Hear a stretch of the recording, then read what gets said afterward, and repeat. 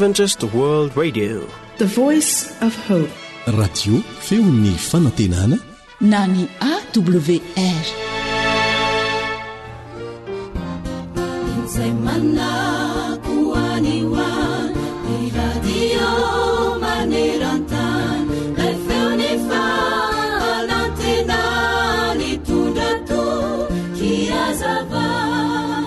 Hoy William Styron hoe na dia voaingana mambolana vitsivitsy azy izay nahafantarako tia namako iray ity dia miavaka tokoa ny fisiny.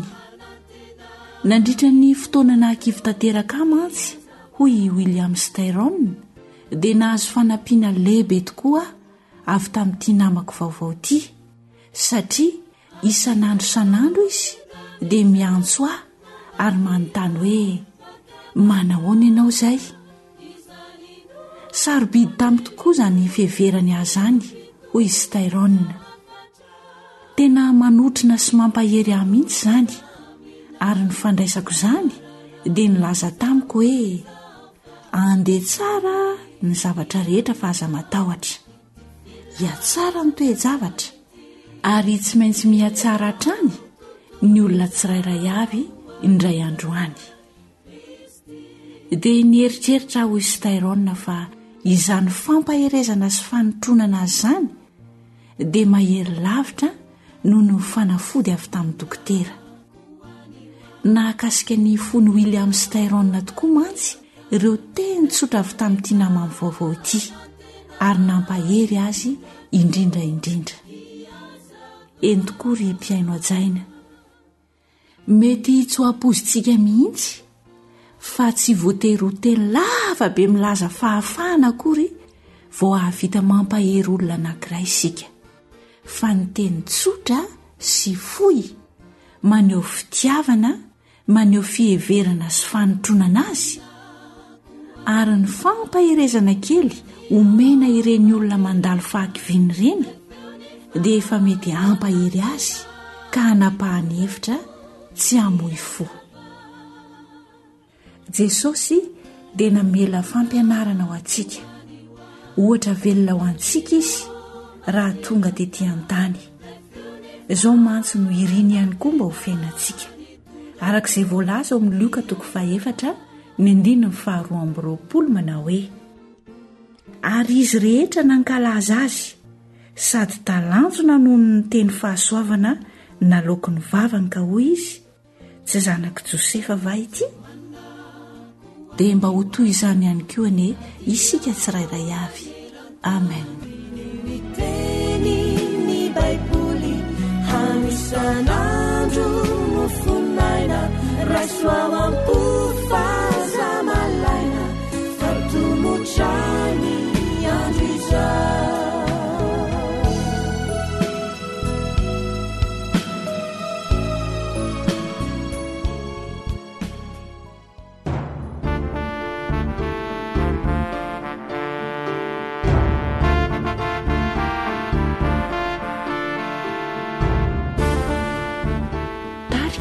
Ambassadora.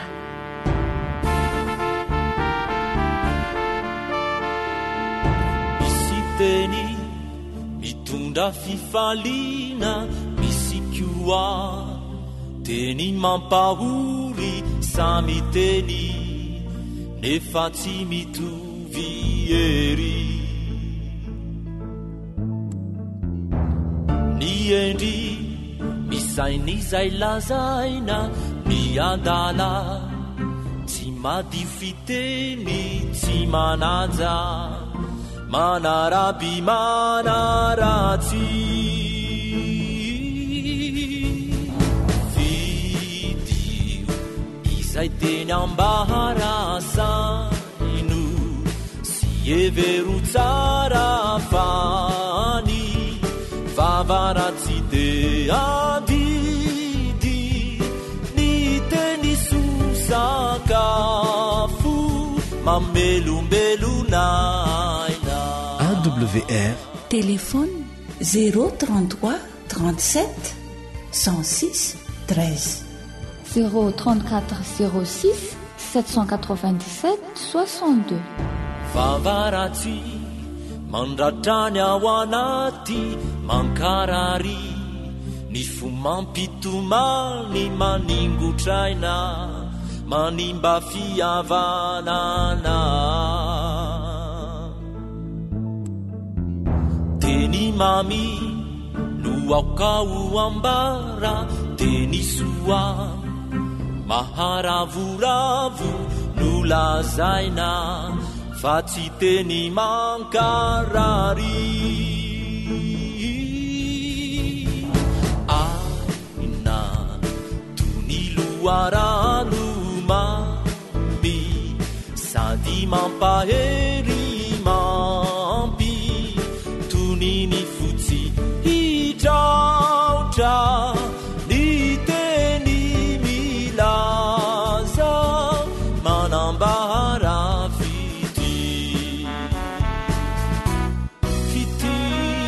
aina tony loarano mami sady mampahery mampy tony ny fotsy hitraotra ny teny milaza manambara fity zay lay onja ny fanantenana fity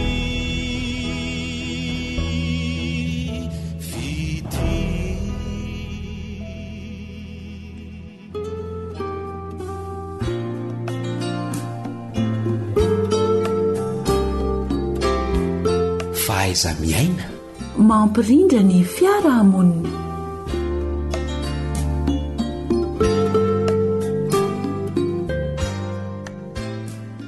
miarabary mirasoanao mandrakariva indrindra ianao mpiaino mpanaraka tsy tapaka izao fandarana izao ary dia mino izahay fa ahita soa sy fahombiazana mandrakariva ianao eo ampanarahana izao fandarana izao namanao lantoary misajoely no mitafa aminao ny namana naritiana kosa no eo amin'ny lafiny teknika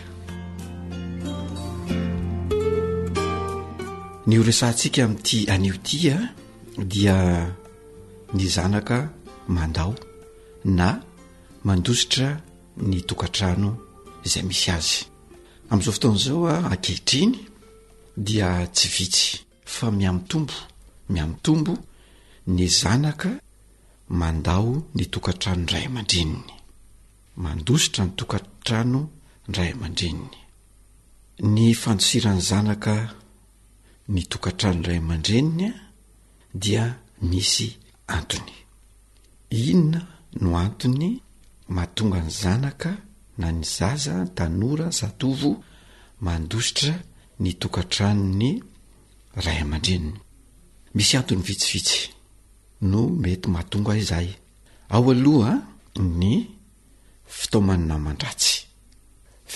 namandratsy makany amin'ny atao hoe filana na rendrarendra sy ny riaka isan-karazany izay manaitaitra ilay zatovo na ilay tanora na lahy na vavy io dia taitra n'izay riaka sy filana rendrarendra izay noho ny ataon'ny namandratsy eo ihany koa ny fitaomana amin'ny ainao manjery na misy ilay atao hoe Facebook misy ary tsy vitsy ny ankizy ny zaza ny tanora ny zatovo voataona n'io zavatra io ka mandao na mitsoka mandositra ny tokantranony ray aman-dreniny ao ihany koa ny tsy fananana n'ilay atao hoe personnalité matanjaka na hoe fijoroana amin'ny maizy amin'ny tena fijoroana amin'ny foto-kevitra anankiray amin'ny maizy amin'ny tena dia tsy manana amin'ny maizy azy dia lasa voataona tahaka n'ireny hoe kofe manara-panjaitra ireny anisan'ny mahatonga ny zatovo tanora mandositra ny tokantrano ray aman-dreny izay ao ihany koa ny tsy fahitana tsirony na afaliana sy fifaliana ao tokantrano dia mandositra ny tokantrano ray aman-dreny matsialo fijaliana sy fanangejana fahoriana ao tokantrano dia lasa mandositra. Misy ihany koa hoe lazaina fa masika loatra ny ray aman-dreny, mikapoka, mamono, manasazy amin'ny sakafo, amin'ny vola, amin'ny fitaovana ny ray aman-dreny dia lasa mandositra ny zanaka ao an-trano. Zany hoe lasa elo ilay tokantrano, dia leo ny fiainana sy ny zavatra iainana ao tokantrano ilay zatovo na tanora dia lasa mandositra ny tokantrano. Koa inona ary ny vahaolana? Eo anatrehan'izany dia ilaina ny isidy ny vahaolana. Koa sosikevitra ny aninay eto amin'ity fandaran'ity. Voalohany dia aoka ny ray aman-dreny ampiseho fa toerana fialofana azo ny zanaka hialofana sy fiarovana ary andraisana fanabiazana sy hafaliana ho an'ny rehetra, ho an'ny tenany ny tokantrano. Aoka ihany koa isy mandrakariva ny fifampiresahana io amin'ny ray aman-dreny sy ny zanaka, ka mba afaka ifampiainy tsara ny ray aman-dreny sy ny zanaka, ka anokana fotoana mihitsy aza ilay fianakaviana mba anatanterahana izany. Ka ny fifampiresahana eo dia tsy midika ho fibedesana akory, fa mba hahafantarana ny olana misy na iainany tsirairay, ka ahitana izay mety ho vahaolana mba tsy hatongavana any amin'ilay olana tsy azo vahana itsony, ka hiafara amin'ny mety fandosiran'ilay tanora na ilay zanaka na zatovo ny tokantrano. Manarak'izay dia aoka ihany koa mba ifankahazo ny zanaka sy ny ray aman-dreny, ifampikomprandra ho ny fitenenana, ary samy anisy lanjany zavatra iainany tsirairay avy. Aoka isy lanjany izany zavatra izany. Zay no mikasika ny ian'ny ray aman-dreny. Fa ho an'ny tanora dia aoka ianao tanora, ianao zatovo, ianao zanaka, mba ahatsapa izay mety iainany ray aman-dreny. Fa matoa izy sarotiny aminao dia noho ny fitiavana anao ihany. Tsy misy ray aman-dreny an'olo-bato mafana ny zanany zany, fa matoa izy sarotiny ary entitra aminao dia satria tiany ianao. Ary raha misy olana na faniriana na zavatra mety ilainao dia aoka ianao zanaka, ianao tanora anatona ny ray aman-dreny, ka iresaka sy ilaza izay mahazo anao na izay iainanao miaraka aminy, ka mba isy zavatra iarahana manapaka eo. Ka raha misy toetra na misy fihetsika ataon'ny ray aman-dreny tsy zakanao ianao zanaka dia lazao azy mba ahafahany mieritreritra ihany koa. Ka rehefa milaza izany ianao dia aoka mba ampitoniana no ilazanao izay tsy zakanao izany, fa tsy atao ankatezerana na atao amipitratrevatrevana no anaovana azy, fa amin'ny fo tony tsara, tsy misy fihetseham-po be loatra. Manarak'izay, raha misy olona tianao zany miaraka aminao any amin'ny mahatanoranao, miaraka aminao any ivelany any, dia lazao ny ray aman-dreninao zany fa hazavenina. Aoka tsy ny ray aman-dreninao indray no atratranao voalohany, fa izay no mahatonga ny olana eo amin'ny zanaka sy ny ray aman-dreny. Aoka ihany koa ianao zatovo, ianao tanora, mba ahay safidy tsara ny namana iarahanao, ka ahay anavaka ny tsara sy ny ratsy, satria hiakina ny fiainanao manontolo izany rehetra izany. Indrindra raha voataona ny naman-dratsy ianao dia ny fiainanao ray manontolo no mety hopotika ao anatin'izay. Aoka ihany koa tsy ho taitra ny rendrarendra na hihinana ambolony fotsiny ny zavatra izay misy sy miseho, fa aoka ianao ahay hijery tsara, hifantana tsara, andinika tsara, ahaka ambony, ahaka ambany izany zavatra izany, fa tsy anaonao foana, ka hoentaniny fihetse-po fotsiny ihany. Aoka zany akatoerana tsara ianao andinika tsara ny fanapaha-kevitra rehetra izay raisina. Raha tao amin'ny namandratsy ianao na tao amin'ny namana fotsiny na mijery amin'ny atao hoe Facebook reny na misy rendrarendra maro isan-karazana izay mety hitaonanao dia alao ambony alao ambany tsara, fakafakao tsara, inona ny mety vokadratsy, inona ny mety vokatra tsara an'ity zavatra ataoko ity.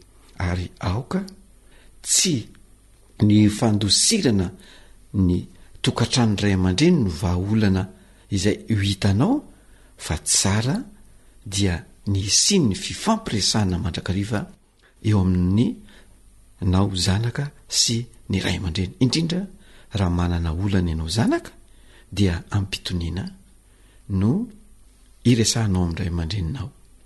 Raha manana olana aminy ianao, misy toetra tsy zakanao aseho an'ny ray aman-dreninao, ampitoniana no anatonanao azy, ilazanao zany toera tsy zaka na fihetsika aseho ny ray aman-dreninao izany, ary lazao azy ny zavatra izay iainanao. Ho anao ray aman-dreny ihany koa dia tahaka izay, aoka izy mandrakariva ny fifampiresahana eo aminao sy ny zanakao, lazao azy koa ny zavatra iainanao eo anatrehan'izay toetra izay sy ny zavatra ataony izay ataony izay, dia anjaranareo ny fampiresaka ary mitady ny vahaolana iraisana mba isian'ny firindran'ny fiarahamonina ao atokantrano, dia mba ho tokantrano azony zanaka sy ny ray aman-dreny hialofana sy higoana hafaliana sy fifaliana izany tokantrano izany.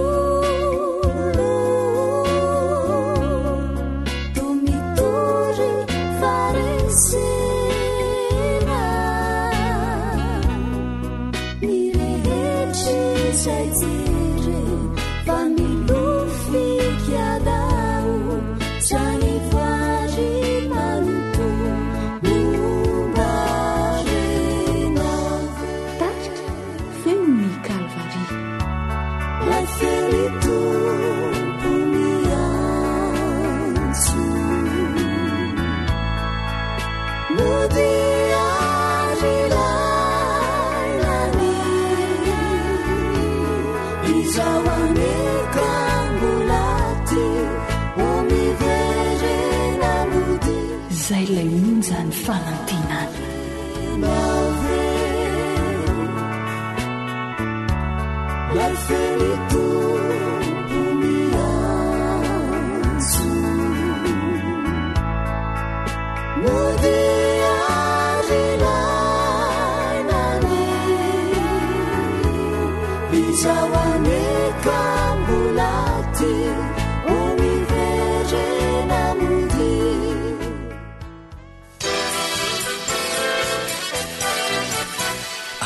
WR manolotra ho anao feon'ny fanantenana.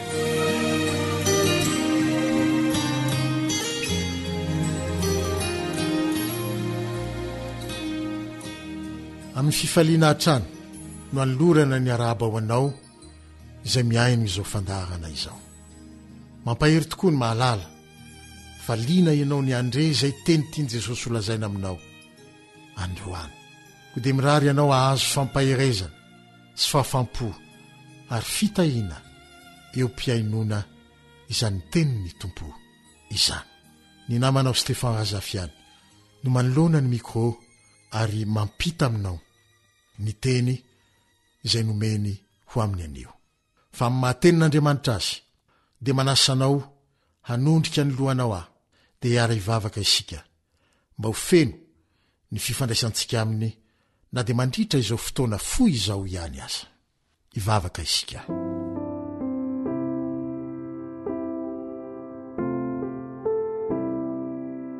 Jehovah tompon'ny maro, rainay amin'ny alalan'i Jesosy Kristy, ary namindra fo taminay ka nandray anay ho zanany indray. Miantso ny anaranao izay ankehitriny, satria anao ny teny izay fampizarana eto androany. Ianao no nanome izany, koa dia aoka ianao Tompo, amin'ny alalan'ny fanahinao no ampanan-kery izany eo amin'ny fonay tsirairay avy, dia hitondra fijery vaovao, hery vaovao ho anay indray ny teny izay omenao anay androany, ary amokatra eo amin'ny fiainanay sy eo amin'izay rehetra mifampikasoka aminay ho amin'ny fiainana mandrakizay koa, fa tsy ho amin'izao fiainana izao ihany. Misaotra Tompo fa homba ny teninao ianao ary hiaraka aminay eto ianao amin'ny anaran'i Jesosy. Amen.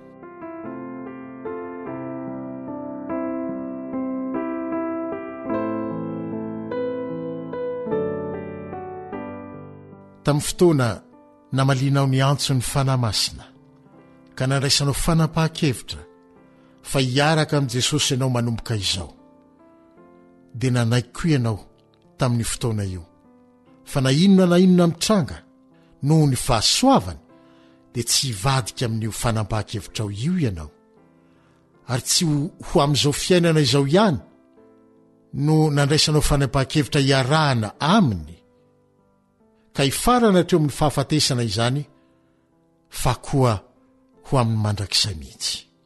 Izany hoe, raha mbola maharitra ny fotoana hiverenan'i Jesosy eny amin'ny raony lanitra ka hifanatreheny aminao, noho izany dia tsy maintsy mbola handalo amin'ny torimasom-pahafatesana ianao, dia mino koa ianao fa mbola hanangana anao indray izy rehefa tonga io fotoana io, ka tsy saraka itsony mandrakizay ianareo. Tapa-kevitra fa hiroso amidio any an-danitra ianao hatramin'ny fotoana nandraisanao an'io fanapahan-kevitra io. Eo amin'ny fanandramana amin'ny fiainana maha-kristianina iainanao anefa sy iainantsika tsirairay avy, dia misy foana ny zavatsarotra.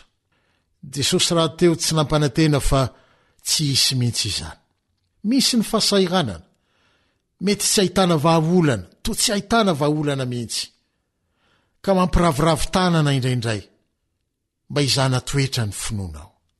Eny misy mihitsy aza ny sakana, to tsy azahoana mandroso sy mivelona mampitoniana io fiarahanao amin'i Jesosy io. Dia alay-panahy ianao hihevitra fa diso angamba ny safidy nataonao, ka raha mijery ny toerana na ny lasa ny ainanao sy ny alanao ianao, dia toa hiverin-dalana, satria mihoatra ny hery azahoana miaritra zakanao ny zava-misy.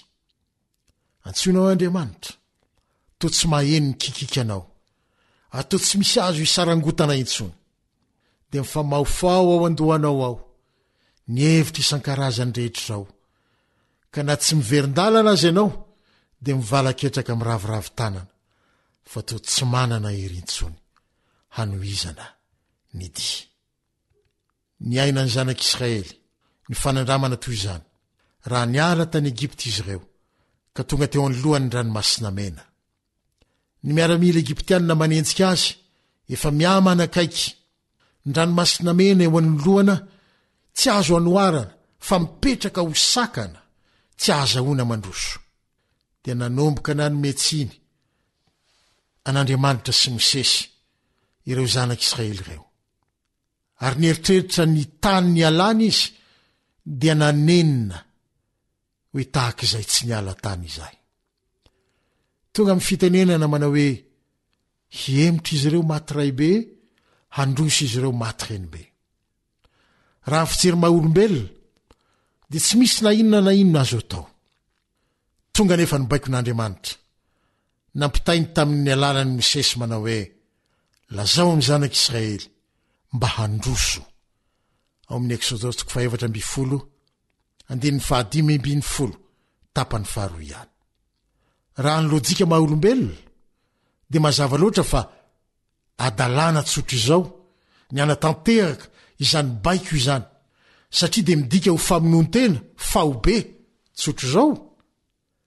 Ranomasina ny eo anoloana nefa dia mibaiko ny tompo hoe mandroso. Tsy mahay manolomano azo anto ka ny akamaroan'ireo zanak'Israely ireo. Kanefa dia voalaza eo amin'ny 9:20 sy 20 ao amin'io toko 4:20 io ihany fa nampisavainy Jehova ny ranomasina mandritra iny alina iny ka nataony tany maina, dia nandeha teo fovoan'ny ranomasina nandia ny tany maina ny zanak'Israely. Fahagagana, tsy mampino izany. Eny, marina tokoa fa tsy mampino izany, satria tsy araka ny fisainana sy refo maha-olona no ahavitana izany, fa araka ny refin'Andriamanitra irery ihany. Raha nisy zanak'Israely nandà tsy androso na koa ny verin-dalana ka tsy nanaraka ny baikon'i Jehova, dia azo antoka fa fahafatesana no nitsena azy. Izany no nanjony vadiny Lota sy izay azy rehetra tsy nety nandositra ny ala ny tanànany Sodoma, nefa dia efa tonga ny tenin'ny Tompo hoe miala dia mandosira. Mifanohitra amin'izany kosa ny fanindramana ny ainany Abrahama sy Mosesy, satria tsy nisaina ny hiverina ny aoriana sy tsy androso izy ireo na inona zavatsarotra sy sakana nibahana ny lalana izoran'izy ireo niaraka tamin'Andriamanitra. Voalaza sy voatahiry izany ho asy ho anao ao amin'ny bokin'ny Hebreo 9:20, 9:20 17. Averiko indray dia angaviko mba ho vakianao rehefa tapitra ny fandaharana. Hebreo 9:20, 17 mikasika ny Abrahama io, ary ny 17 mikasika ny Mosesy kosa. Lazai ny Baiboly fa resy lahatra izy mirahalay ireo fa vahiny sy mpivahiny tetỳ ambonin'ny tany, ary nanantena hahazo tanàna misy fanorenana izy ireo, izay Andriamanitra ny tompo marika na arsitekta sy mpanao azy. Ary naharitra toy ny mahita izay tsy hita izy, satria tsy niankina tamin'izay zavatra hita maso ny fahombiazan'ny diany makany an-danitra miaraka amin'i Jesosy, fa miankina kosa amin'izay tsy hita. Izany raha teo no teny voatahiry ho aso ho anao ao amin'ny Korintianina 1:5-7 manao hoe fa finoana no andehanantsika fa tsy fahitana. Ho anao izay miaino ahy ankehitriny, tsarovy fa fiainana amin'ny finoana fa tsy amin'ny fahitana, ary diany ny finoana ho any an-danitra no niantsoan'i Jesosy ianao hiaraka aminy. Marina loatra fa ny maha-olona dia mitady mandrakariva izay azo tsapainy ny tanana sy hita maso mba hanorenana zavatra mety ho azo antoka ny amin'ny ho avy. Fa Andriamanitra kosa manasanao hiotra ny hita, satria voafetra ihany ny hita fa ny tsy hita no maharitra mandrakizay. Korintianina 2:4-5 ny tapany 5. Fantatr'Andriamanitra fa amin'izao andro farany izao izay anjakan'ny teknôlôjia nomerika avo lenta dia hitombo ny fahalalana ho izy ao amin'ny Daniel 2:5 ny tapany farany.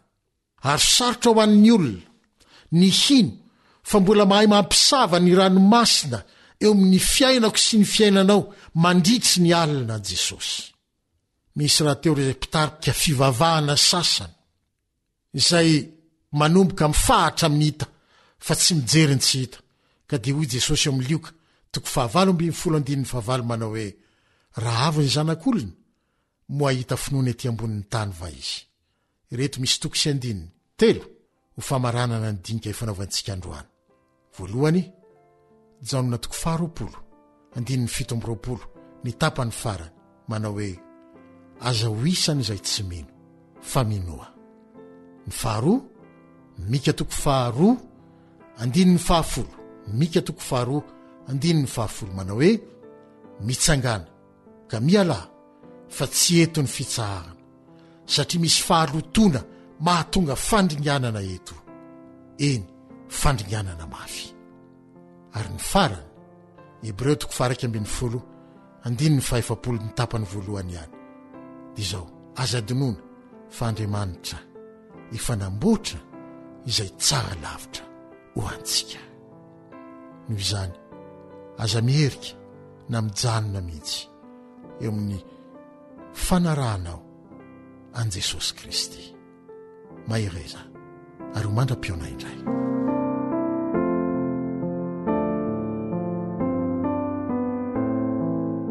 You are listening to Adventist World Radio, the voice of hope.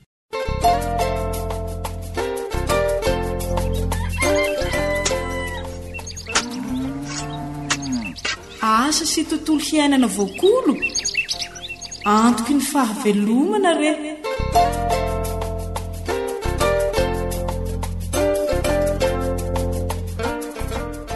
Arahaba ombam-piraritso no atolotra anao mpiaino mpanaraka fandaharana eto amin'ny onjam-peo ny fifanantenana. Hanaraka ireo torohevitra mahasoa mikasika amin'ny fambolena indray sika nio, koa dia manasanao angila tsofina.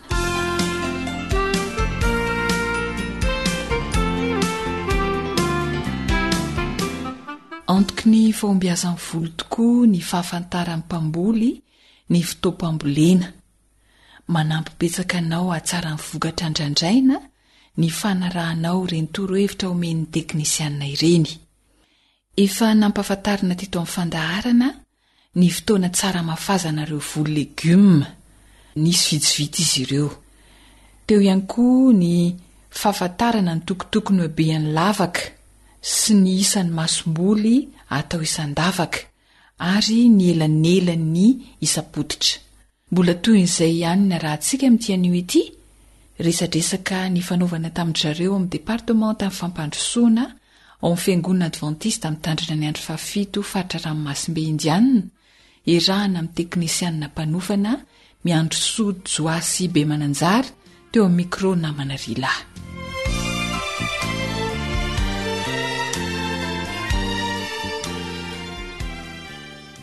Miarabanao tonga soa eto amin'ny studion'ny AWR.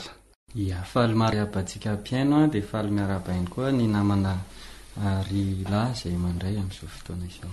Raha tsy hivina kely ny resaka amin'ny fanaovantsika tany aloha, dia hoe tsara ny mahafantatra ny fotoam-pambolena, fa tena misy fiantraikany amin'ny voly atao tokoa izany. Mila kalandre isika izay ilay fitaovana ilaina. Aleo averina amin'ny mpiaino hoe kalandre manao ahoana moa ilay ilaina sy ny mety Joasy be mananjara.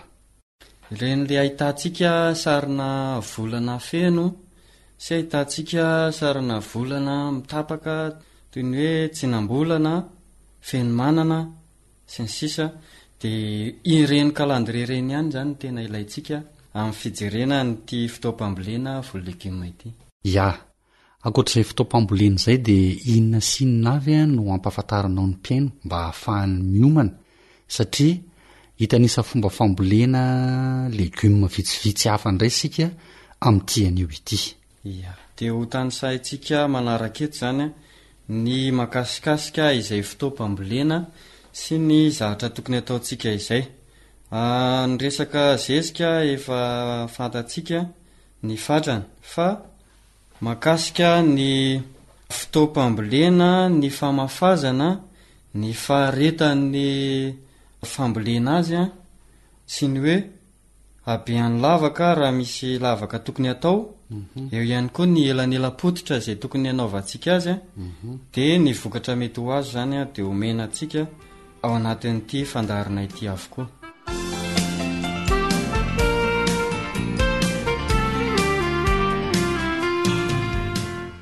Eny ary, marihana fa ny vahin'ny fandaharana asa sy tontolo iainana dia teknisianina mpanofana mahakasika ny fambolena sy ny fiompiana miandro sodso asy be mananjara ndao ary sika ia dia ny ovy indray a no resantsika manaraka ho an'ny karazana ovy rehetra dia mizara roa ny fotoam-pambolena ny ovy izany ao a ny fotoana mangatsika dia ny avrila ka hatramin'ny jona ao kosa ny mafana na ny fambolena ataontsika eny an-tanety izany dia ny novambra ka hatramin'ny febroary ny fotoam-pamafazana ao anatin'izay a dia feno manana apitsika 12 andro ihany koa marihana manokana fa ataontsika ovy anankiray na masomboly anankiray ihany isaky ny lavaka no ataontsika ary ny faharetany a dia eo amin'ny 3 volana ka hatramin'ny 9 volana eo a dia efa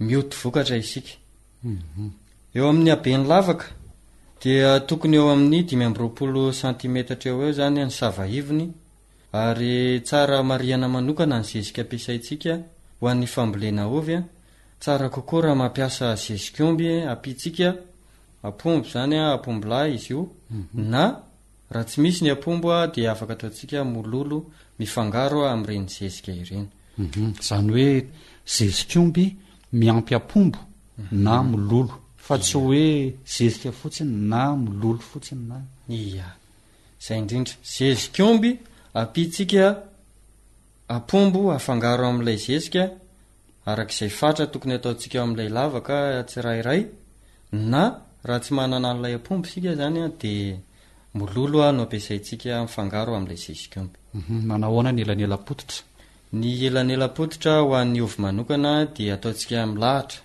ary manaraka ny elanelana 570 centimetatra isan'isany zany rehefa maharaka an'izay torohevitra teknika izay sika dia azo antoka ny azontsika vokatra 50 ka hatramin'ny 50 kilao isaky ny tany rayara ia mahakasika ny ovy izay dia inona ihany koa ny manaraka ho an'ny petipoa manokana ihany koa dia volana avrily ka hatramin'ny volana jolay ny fotoana fambolena azy ny famafazana kosa dia feno manana apitsika 3 andro faharetan'ny famokarana amin'izay fotoana izay ho an'ny petipoa manokana dia 3 ka hatramin'ny 4 volana eo ny petipoa ihany koa dia tsy mila lavaka izy tsy mila abeana lavaka fa amboletsika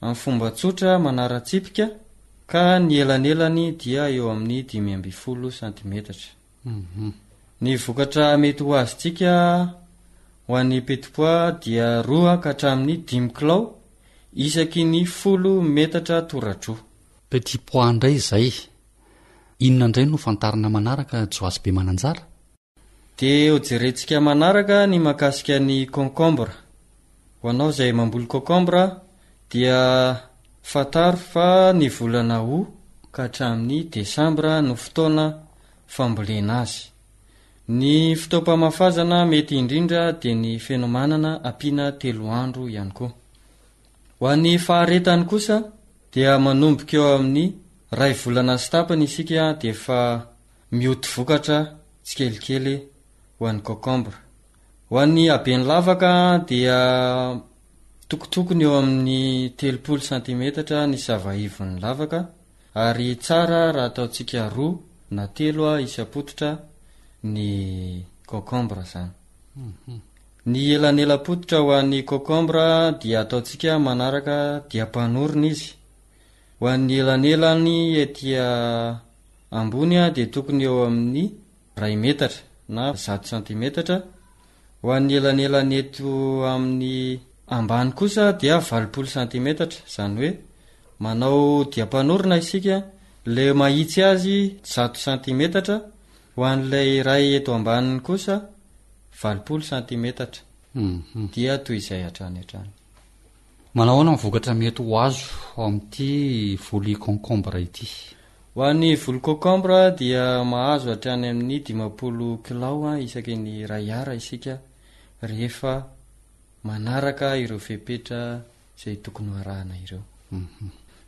Jerentsika manaraka indray a ny karaoty. Ny fambolena karaoty a dia eo amin'ny volana avril ka hatramin'ny jona no fotoana mety ambolena azy. Ny famafazana kosa dia eo amin'ny fenomanana ampitsika 3 andro. Ary ny faharetany kosa indray dia 3 volana. Ny karaoty ihany koa dia tsy dia mila lavaka, fa ny elanela-pototra anaovantsika azy izany hoe manaratsipika dia 10 cm eo eo. Rehefa mahafeno an'izay fepetra izay tsika dia efa afaka mikajy avy hatrany hoe azo antoka ny azotsika vokatra 50 ka hatramin'ny 200 kilao isaky ny rayara tanina karaoty izany. Concombre sy karaoty zay araka ho tsara a? Inona indray ny volo manaraka? Ny manaraka dia ny korzety. Ny korzety ihany koa dia mizara roa ny fotoa fambolentsika azy io. Ao ny volana oka hatramin'ny novambra ho an'ny voly atany mbary zany. Ao kosa ny volana novambra ka hatramin'ny marsa ho an'ny voly atanety. Fenomanana ampitsika 3 andro ny fotoana famafazana. Ary manomboka eo amin'ny 2 volana sy tapany isika dia afaka mihody vokatra. Ny habeny lavaka kosa ho an'ny korzety dia 520 cm eo eo ny savaivony. Tsy nresana ny alalany lavaka ho an'izy rehetra ireo fa efa haitsika. Ny elanela-pototra ho an'ny korzety dia 70 cm manao merazotra. Ho an'ny tsaramaso indray dia mizara roa ihany koa ny fotoam-pambolena azy. Ao ny volana marsa ka hatramin'ny jolay, ary ao ihany koa ny volana desambra ka hatramin'ny marsa ho an'ny voly atanety.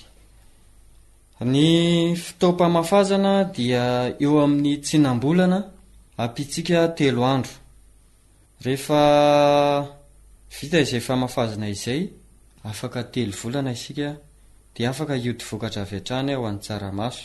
Ny fambolentsika tsaramaso dia ataontsika anaty lavaka ny tsaramaso ary 520 cm ny savaivon'ny lavaka ho an'ny tsaramaso. Ho an'ny tsaramaso dia afaka ataontsika 2 na 3 isa-pototra. Ho an'ny elanela-pototra ho an'ny tsaramaso dia ataontsika diampanorina ka ny eo ambony 530 cm ny elanelany. Ho an'ny elanelany eo ambony makety ambany kosa dia 70 cm.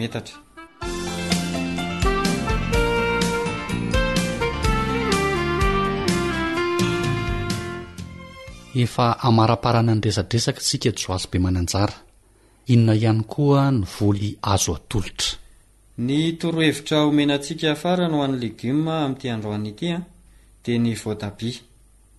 Ny fambolena voatabia dia mandavataona izy io, mety daholo ny volana rehetra.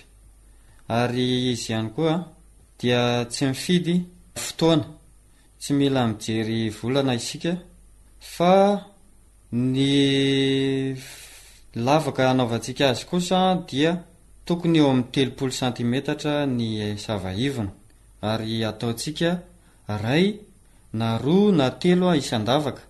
Fa rehefa mandeha kosa ny fitombon'ny masomboly dia manala matevina isika, izany hoe rehefa misy ratsy amin'ireo 3 na 2 ireo dia sorontsika ka na 1 sisa mijanona eo kanefa izy ny tena tsara dia iny sisa ny ajanontsika eo. Ho an'ny vokatra ny voatabia kosa dia eo amin'ny 3 ka hatramin'ny 9 bolana eo eo no mihody vokatra isika. Ary farany ny elanela-pototra ho an'ny voatabia ataontsika laharana merazotra, ka ny elanelany dia eo amin'ny 520 cm. Ny vokatra mety ho azo ho an'ny voatabia dia mahatratra hatrany amin'ny 520 ka hatramin'ny 530 tonne isaky ny 1 hektara. Dia izay indray ny torohevitra ho antsika. Azavaina manokana fa misy fandraisana amin'ny masomboly tsirairay avy ireny volana izay niresantsika teo ireny, tsinam-bolana, ny fenomanana misy ifandraisany amin'ny fomba ivoaran'ny masombolontsika izy ireny ka tsara ny tsy anaovantsika ambany zavatra ny fijerenan'ireny andro ireny. Eny ary sao dia mbola misy afatra tianao ambara amin'ny mpiaino milohan'ny sarahana. Ny torohevitra farany dia izao hoe omenantsika ireny kajikajy na vokatra mety ho azo ireny mba hahafahantsika mahafantatra sahady ny fomba moatsika ny vokatra fa tsy ho tampoka amintsika ny vokatra izay ho azontsika rehefa avy mamboly isika. Raha mamboly amin'ny tany ray ara isika isaky ny zavatra izay ambolentsika zany karazana legioma dia efa fantatsika sahady ny vokatra miandry antsika aorinan'izay ka mba tsy ho tampoka amintsika zany ny vokatra dia omena ity torohevitra androany ity mba tsy isian'ny olana eo amin'ny famoahana vokatra ao amintsika tantsahazana. Mankasitraka tompoko mino izay fa mbola misy ny fotoana ahafahantsika miaraka eto amin'ny fandarana ihany mandra-pitafa tompoko.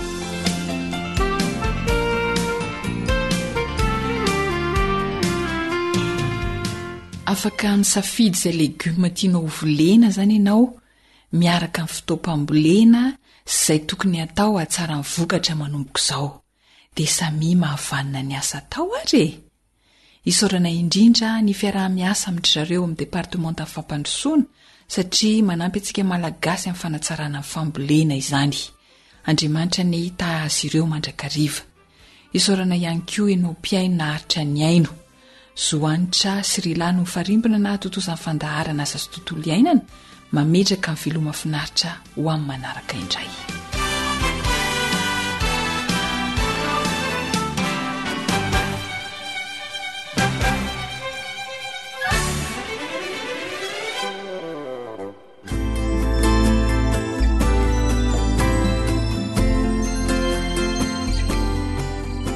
Ankoatra ny fiainoana amin'ny alalan'ny podcast dia azonao atao ny miaino ny fandaharany radio AWR sampana teny malagasy amin'ny alalan'ny Facebook isanandro amin'ny ity pejy ity AWR feon'ny fanantenana.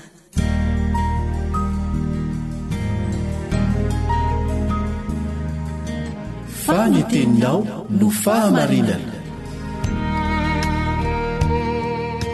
Taridalana manokana fianarana baiboly avoaka ny fiangonana advantista maneran-tany. Iarahanao amin'ny radio feon'ny fanantenana.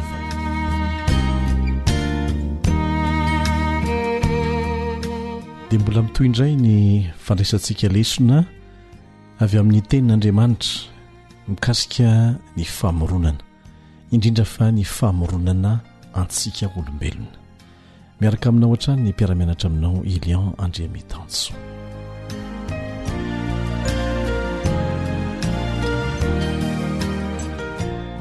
Manasanao ary hamaky izay voalazo amin'ny Genesisy toko voalohany 17:20. Genesisy toko voalohany 17:20. Ary Andriamanitra nahary ny olona tahaka ny endriny, tahaka ny endrik'Andriamanitra namoronany azy, lahy sy vavy namoronany azy. Averintsika indray mandeha, Andriamanitra nahary ny olona tahaka ny endriny, tahaka ny endrik'Andriamanitra namoronany azy, lahy sy vavy namoronany azy. Ny Baiboly eto dia milaza fa noforonon'Andriamanitra ny olombelona lahy sy vavy ary araka ny endriny. Tsy piana tsara izay. Dia mipetraka amin'ny fanontaniana voalohany hoe inona ny hevitra izany hoe noforonon'Andriamanitra araka ny endriny izany isika. Ary amin'ny lafininona no maharaka ny endriny antsika. Arabaky teny vesa amin'ny lafininona. Misaotra an'Andriamanitra isika fa nampitainy amin'ny fitenin'olombelona ny teniny voarakitra ao amin'ny Baiboly ary hahafahantsika miresaka ny momba azy. Ao kanefa ho fantatra, ho tadidy fa Andriamanitra dia fanahy ihany koa. Afaka niova olombelona izy, hitantsika tamin'ny alalan'i Jesosy izany, fa fanahy ihany koa izy. Araka ny voalazo amin'ny Jaona toko 4:4. Ary manana an'ireo toetra mampiavaka azy, amaha Andriamanitra azy, tsy hitovizana amintsika. Mpamorona antsika izy isika nga afaka mamorona olona tahaka ny nataony tompony hery rehetra izy tsy ananantsika koa zany tompony zao rehetra zao atrany amin'ny planeta tsy hitantsika maso izy satria izy nary an'izany sy ny sisa sy ny sisa mbola marobe ireo zavatra mitoetra ho zava-miafina amintsika mikasika ny momba an'Andriamanitra ny fatantsika fotsiny izy namorona antsika dia izy koa ny mbola namonjy antsika ary Andriamanitra fitiavana izy ka inona ary ilay hoe noforonina araka ny endrik'Andriamanitra isika nataon'Andriamanitra ahitana taratra ny momba azy eo amin'ny toetrantsika izay no hevitra izany nataony ahitana taratra ny momba azy eo amin'ny toetrantsika ara-batana ara-tsaina ary ara-pana saingy efa simba ny fahotana moa izany kanefa na efa simba aza dia azontsika jerena ny fahaizana nomeny antsika amin'izao fotoana izao jereo ny fahaizana hitan'olombelona ny fikarohana hitantsika olombelona ahitantsika taratra ny toetra n'ilay Andriamanitra izay namorona antsika izany taloha dia mbola natratratra any amin'ny 700 taona ny olona ny sady natanjaka be deaibe amin'ny fahaizana nanana ny olona tamin'izany no mbola hanaovana fikarohana manokana hatramin'izao ajereo tsara ny tanjaka ra-pananana an'ireo olona niaraka tamin'Andriamanitra tamin'izany fotoana izany manantitrantitra ny fahafahantsika mivelatra ra-tsaina sy ara-panahy ny baiboly izay azontsika atsaraina tsara ary toetra tsy manam-paharoa hananany sain'olombelona io no ahafahany mikolokolo fifandraisana velona amin'ilay Andriamanitra namorona azy dia zavatra tsy hainy voary hafa eto tany atao isika ihany no foronina araka ny endrik'Andriamanitra arak'izay toetoetra nomen'Andriamanitra antsika izay ka ilazana hoe no foronina araka ny endrik'Andriamanitra isika fanontaniana faharoa dia no hoe movy Andriamanitra namorona zavatra hafa araka ny endriny akoatrantsika olombelona izany ny valiny dia tsia isika olombelona irery no ny foronina araka ny endrik'Andriamanitra ino no aseho an'izany mikasika ny toerana izay tsy manam-paharoa nametrahan'Andriamanitra anao raha mitamboary sisa rehetra eto tany tena sarobidy anie zany tsy avy amin'ny rajako ianao rahalahy tsy avy amin'ny rajako ianao ranabavy fa olombelona ny foronon'Andriamanitra ary nataony anjaka amin'ireo zavaboary hafa rehetra no ariny anisan'izany ny rajako tsy manome tombam-bidiny mahisika antsika mihitsy ny filazana fa avy amin'ny rajako sika aoka ajanona izany fomba fisainana efa lany andro zany no foronina araka ny endrik'Andriamanitra isika ary tsy tiany Satana ny amerimberenana an'izany dia averimberintsika satria izany marina miavo ampirofo hatrany hatrany ange ny fahamarinan'izany zavatra farany ho mariantsika dia ity misy zavatra hafa hita ao anatin'ny fitantarana ny famoronana ny olombelona ary mametraka antsika olombelona amin'ny toerana manokana tsy tovizantsika amin'ny zavaboary hafa rehetra ny foronon'Andriamanitra mangataka anao hamaky izany eo amin'ny Genesis 2 andininy 7 sy ny andininy 17 ka hatramin'ny 15 Genesis 2 andininy 7 sy ny andininy 17 ka hatramin'ny 15 hovakitsika ary vovotany namoronan'i Jehovahandriamanitra ny olona ary nofofony fofonaina mahavelona ny vavorony dia tonga olombelona izy ajantsika eo aloha tamin'ny famoronana ny zavatra hafa rehetra misy eto ambonin'ny tany na eny amin'ny lanitra na any amin'ny ranomasina dia ny teny fotsiny Andriamanitra dia nisy izany fa rehefa namorona anao izy namorona izy namorona antsika olombelona izy dia novolavolainy ny tanany mihitsy izany dia nasiany ny fofonainy mihitsy mba ho velona dia tonga olombelona izy ry mpiara-mianatra amiko fofonain'Andriamanitra neny mahatonga antsika ho velona raha miala izany fofonain'Andriamanitra izany dia maty isika tsinitsinina isika ary antony anankiray tokony hideratsika azy isan'andro izany toy izantsika ery amin'ny 17 amin'ny Genesis 2 ary jehovah andriamanitra nanao hoe tsy tsara raha irery raha lehilahy dia anaovako vady sahaza ho azy izy. Tsy pio tsara le hoe sahaza ho azy. Tsy izay eritreretina ho vady akory dia mety daholo.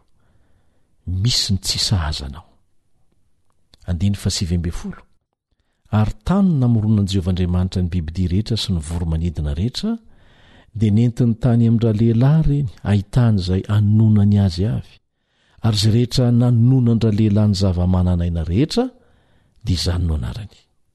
20 Dia nomendra lehilahy anarana ny biby fiompy rehetra sy ny voromanidina mba amin'ny bibidia rehetra, nefa tsy hita izay vady sahaza ho andra lehilahy. Tsy natao hanambady biby reny olombelona. Mazava izany, voalaza ny tenin'Andriamanitra izany.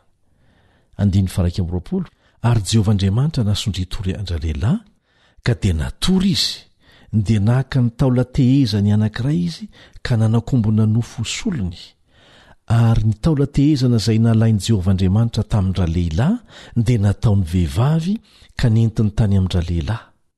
Ary ora lehilahy, ankehitriny dia taolana avy amin'ny taolako sy nofo avy amin'ny nofoko ity dia atao hoe vehivavy satria lehilahy no nanalana azy. Ary noho izany lehilahy dia handao ny rainy sy ny reniny ka hikambana amin'ny vadiny ary dia ho nofo ray ihany ireo. Ary nitanjaka izy mivady raha lehilahy sy raha vehivavy nefa tsy nalala enatra izy. Hitantsika eto fa na ny lehilahy na ny vehivavy dia samy manana ilay tombontsoa lehibe amin'ny fitondrana ny endrik'Andriamanitra. Tamin'ny namoronana azy ireo dia tsy nahitana taratra ny hoe ambany kokoa noho ny iray ny iray. Tsia, Andriamanitra mihitsy nahary azy ireo tamin'ny alalan'ny akora tokana, ary ny fofonain'Andriamanitra nataony tao amin'izy ireo. Nataony nitovy izy ireo tany am-piandohana, ary samy nataony hanana fifandraisana manokana aminy. Fa tsy hoe amin'ny alalan'ny lehilahy no ifandraisan'ny vehivavy amin'Andriamanitra na ny mifanoatra amin'izay. Samy manana fahafahana mampivelatra ny toetra ny men'Andriamanitra azy na ny lahy na ny vavy, mba hahafahan'izy ireo manome voninahitra an'Andriamanitra amin'izany. Eto am-pamaranana dia manasanao hamaky izay voalaza ao amin'ilay boky nampitondraina ny lohateny hoe Patriarka sy Mpaminany, takila 220 amin'ny dikateny malagasy. Nomen'Andriamanitra vady Adama, nanaovany vady mpanampy sy tandrify azy izy. Zany hoe vady ara-mitoetra aminy, iompim-pifaliana aminy, ho iray fitiavana aminy, mba ho porofo fa tsy ho mpanapaka azy ny vadiny, na ho ataony ambany fanitsakitsaka, fa hifampitantana aminy toy ny namana mitovy aminy kosa, ho tiaviny sy arovany, dia teo amin'ny taola tehezany no nanalan'Andriamanitra hanaovana ny efa. Ka manomboka izao ary dia tsaro fa manana tombam-bidy ianao, nalana vavy mitovy ny tombam-bidintsika eo anatrehan'Andriamanitra. Tsy ny volany am-posinao no mamaritra ny tombam-bidinao, fa noho ianao no fironona araka ny endrik'Andriamanitra. Ary nga vitan'izay mbola nandatsahany Jesosy ny rany, na ianao rery aza no nanota dia namonjy ianao izy, izany mametraka ny tombam-bidinao. Amen.